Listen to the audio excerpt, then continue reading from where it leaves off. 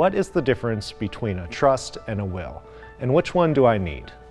Hi everyone, I'm Sam McGovern. I'm a trust attorney here in California, and I wanted to answer one of the most common questions people often ask me, which is what is the difference between a trust and a will, and which one do I need? Let's start with a will. A will, or a last will and testament, in the simplest terms, is a legal document that specifies how your property will be distributed after you die. A will names an executor, guardians for your children if you have them, and names beneficiaries or the people who will receive your assets after you pass away. An executor or personal representative is the person who will manage your estate after you pass away until the probate process is complete and assets have been distributed to the beneficiaries. Guardians, of course, are those people who are legally responsible for the care of your children until they become of legal age.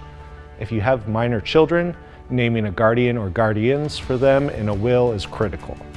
In the terrible scenario where you could potentially pass away prior to your children becoming adults, you wouldn't want to put a guardianship decision in the hands of a probate judge.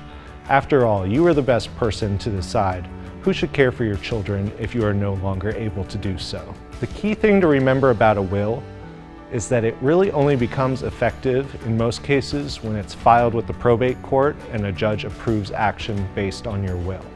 That brings us to trusts, which most commonly you might hear referred to as living trusts or family trusts or revocable trusts sometimes. But a trust is a legal agreement that allows you, the grantor, the person putting assets into the trust, to appoint a trustee to manage those assets on behalf of the beneficiaries.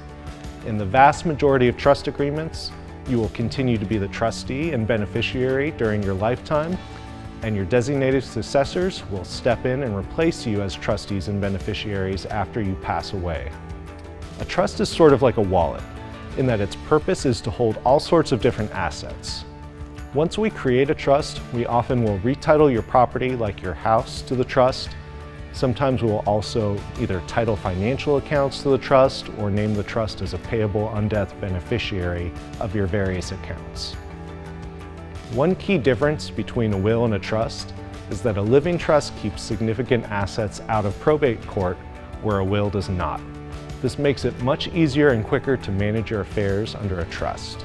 It also keeps information about your estate private, unlike a public probate court record. Trustees of a trust can also manage assets for an extended period of time after you pass away.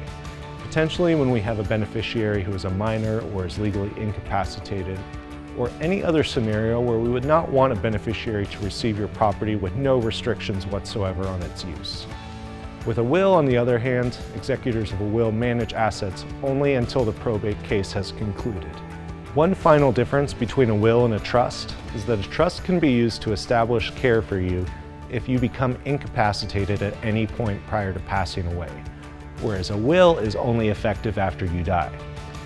A trust includes provisions for your trustee to step in and manage your assets for your benefit and care for you if you're unable to do so for any reason.